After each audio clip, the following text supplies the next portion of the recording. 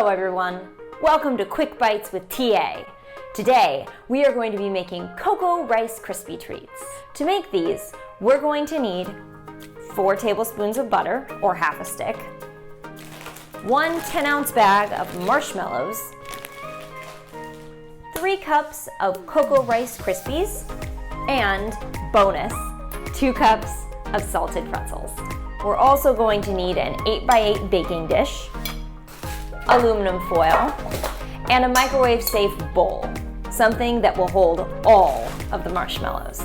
So for starters, we're going to line our baking dish. So cut out a nice big square of aluminum foil and press it down into the baking dish. This might take a little bit of squishing and mushing, but that's okay. Once you've got the bottom lined, you're going to spray it with non-stick cooking spray. When you're done, your pan should look something like this. Now for the good stuff. The next thing you're going to do is take your butter, unwrap it, and dump it in the bottom of the bowl, just like that. Next, add the marshmallows on top of it.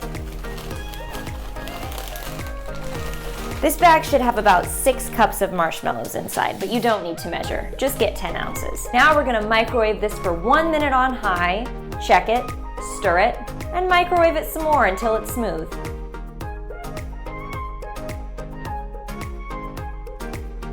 When it's ready, it'll be all smooth, just like this.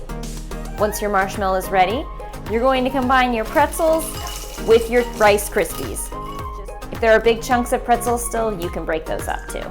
The next thing you're going to do is pour your gooey marshmallow all over the combined dry mix. You might also need a spatula. It's so sticky. Combine everything all together. This may take a minute, but that's okay. Be patient. It'll all come together soon. It's super sticky, and it may seem hard to get to come together. You might be tempted to use your hands, but just don't. Trust me, you're gonna regret it. Everything is reasonably combined.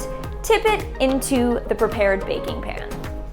Once everything's in, just kind of smush it around until it all comes together in a flat block.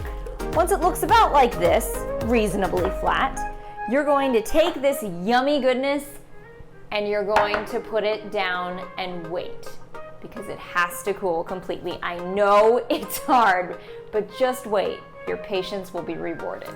Once it's cool, lift it out by the edges of the foil and place on a cutting board, like this.